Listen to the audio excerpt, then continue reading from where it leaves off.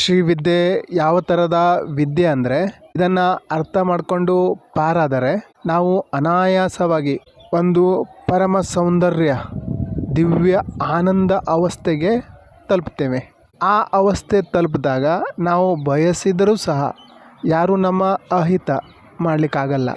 ಯಾಕಂದರೆ ಶ್ರೀವಿದ್ಯೆ ಸಾಧಕನ ನೋಡಿದ್ರೆ ಜನ ಮಂತ್ರಮುಗ್ಧರಾಗ್ತಾರೆ. ಶ್ರೀವಿದ್ಯೆ ಸಾಧಕನ ಕೇಳಿಸ್ಕೊಳ್ತಾ ಇದ್ದರೆ ವಶೀಭೂತರಾಗ್ತಾರೆ. ಯಾಕಂದರೆ ಸಾಧಕನ ಬಾಹ್ಯ ಮತ್ತು ಆಂತರಿಕ ಎರಡು ಅವಸ್ಥೆ ಸ್ವಚ್ಛ ಪರಿಶುದ್ಧ ಆಗಿರ್ತದೆ.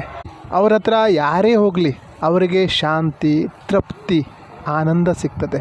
ಯಾಕಂದರೆ ಶ್ರೀವಿದ್ಯಾ ಸಾಧಕ ಜನರ ದೃಷ್ಟಿಕೋನನ ಬದಲಾಯಿಸ್ತಾರೆ, ವಿಚಾರ ಮಾಡುವ ದೃಷ್ಟಿಕೋನ ಬದಲಾಯಿಸ್ತಾರೆ, ಅರ್ಥ ಮಾಡಿಕೊಳ್ಳುವಂತಹ ದೃಷ್ಟಿಕೋನನ ಬದಲಾಯಿಸ್ತಾರೆ.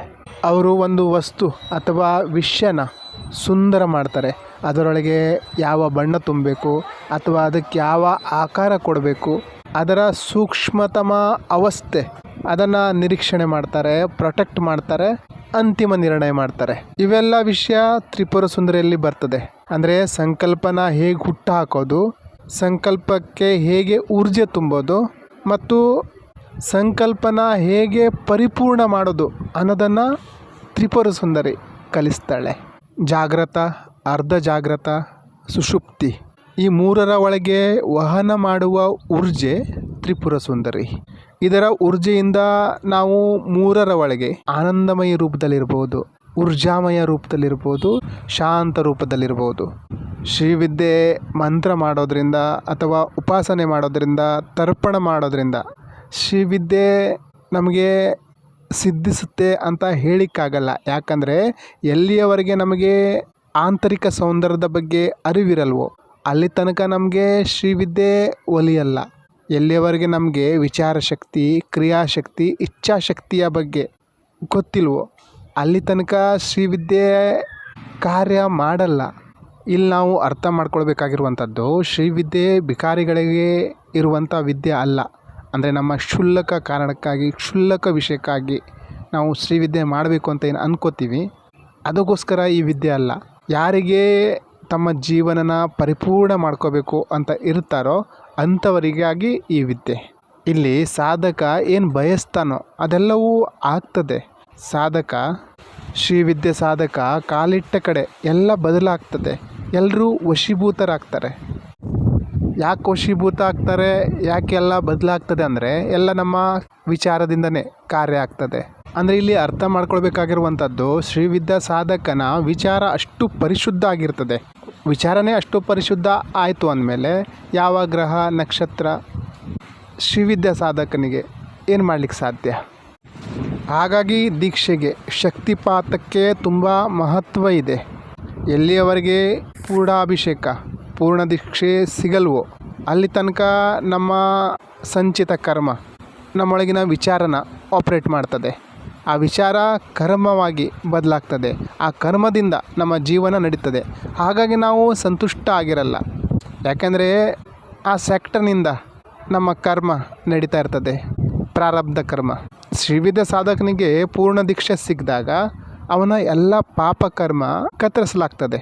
ಅಂದರೆ ಎಲ್ಲ ಪರಿಹಾರ ಆಗ್ತದೆ. ಇದೇ ವಿಧಾನ. ಶ್ರೀ ನಮ್ಮನ್ನು ಶ್ರೇಷ್ಠ ಮಾಡ್ತಾರೆ.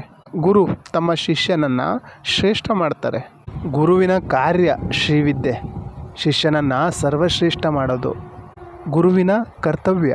ಪರಮಹಂಸರು ವಿವೇಕಾನಂದರನ್ನು ಪ್ರಕಟ ಮಾಡಿದ್ರು. ಶಿಷ್ಯನನ್ನು ಎಲ್ಲ ಊರ್ಜೆಯ, ಎಲ್ಲ ವಿದ್ಯೆಯ ಜ್ಞಾನ ಕೊಡೋದು. ಶಿಷ್ಯ ಏನು ಹುಡುಕ್ತಾ ಇದ್ದಾನೋ ಅದನ್ನು ಅವನಿಗೆ ಕೊಡೋದು. ಯಾಕಂದರೆ ಗುರು ಸಮುದ್ರ, ಸಮುದ್ರದಿಂದ ನಾವು ಏನು ಬೇಕೋ ಅದನ್ನೆಲ್ಲ ತಗೋಬಹುದು. ಹಾಗಾಗಿ ಶ್ರೀವಿದ್ಯೆಯಲ್ಲಿ ಪ್ರಥಮವಾಗಿ ಗುರು ಪಾದುಕೆನ, ಗುರು ಮಂತ್ರನ ಮಾಡ್ತಾರೆ. ಸಾಧನೆಯ ಒಳಗೆ ಮೂಲ ಒಂದೇ ಮಾರ್ಗ ಇದೆ. ಆದರೆ ನಾವು ಪರಂಪರೆಯ ಪ್ರಕಾರ ಬಾಲ, ಪಂಚದಶಿ, ಷೋಡಶಿ, ಆಮೇಲೆ ರಾಜರಾಜೇಶ್ವರಿ, ಲಲಿತಾ ಮಾಡ್ತೀವಿ. ಇದರೊಳಗೆ ಗಣಪತಿ, ಶ್ಯಾಮಲ, ಮಾತಂಗಿ ಇವರೆಲ್ಲ ಬರ್ತಾರೆ. ಇವರೆಲ್ಲರೂ ದೇವಿಯ ಸಹಚಾರಿಣಿ. ಅಂಗವಿದ್ಯೆ, ಅಂಗವಿದ್ಯೆಯ ಕಾರ್ಯ ನಾವು ಮೂಲಕ್ಕೆ ತಲುಪಿದಾಗ ಎಲ್ಲ ಪೂರ್ಣ ಆಗ್ತದೆ. ಅಂದರೆ ನಾವು ಪ್ರೈಮ್ ಮಿನಿಸ್ಟರ್ನ ಹಿಡ್ಕೊಂಡ್ಬಿಟ್ರೆ ಅಕ್ಕಪಕ್ಕದ ಎಲ್ಲರೂ ಕೆಲಸ ಮಾಡೇ ಮಾಡ್ತಾರೆ.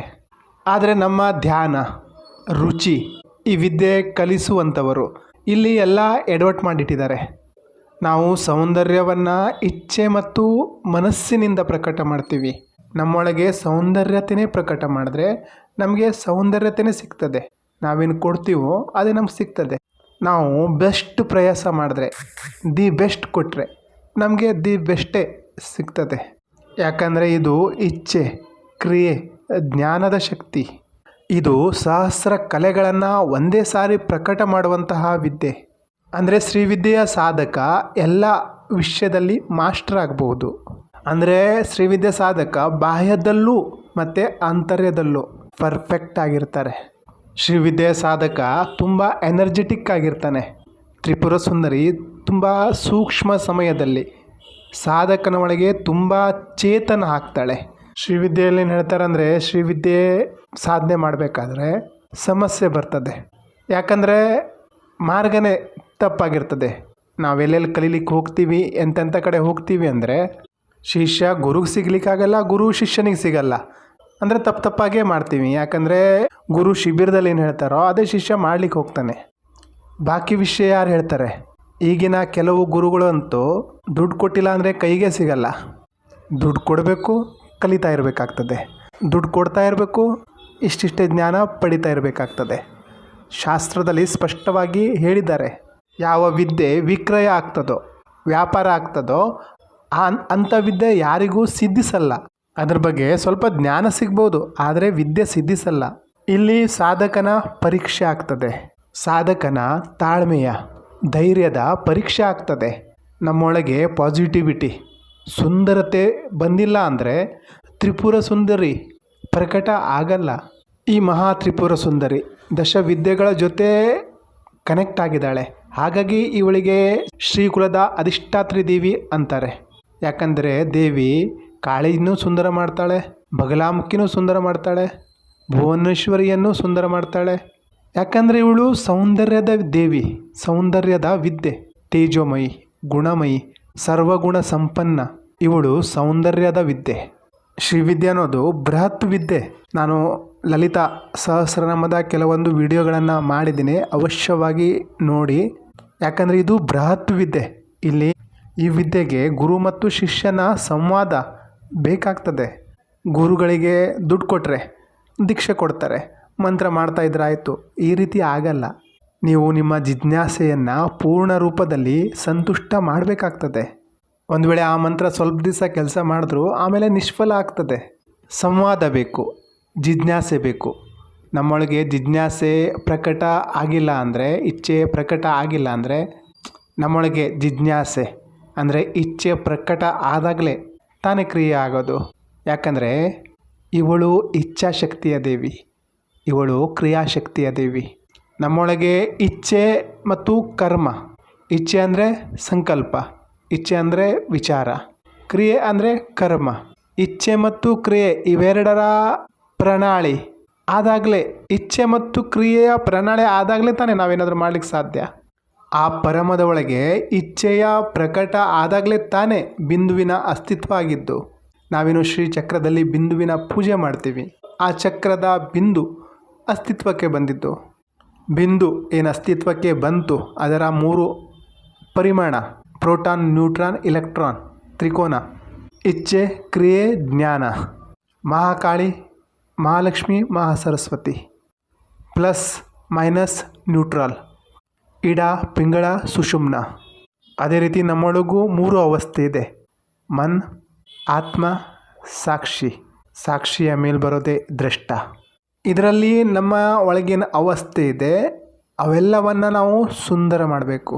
ಇವೆಲ್ಲವನ್ನು ಸೌಂದರ್ಯಮಯಿ ಮಾಡಬೇಕು.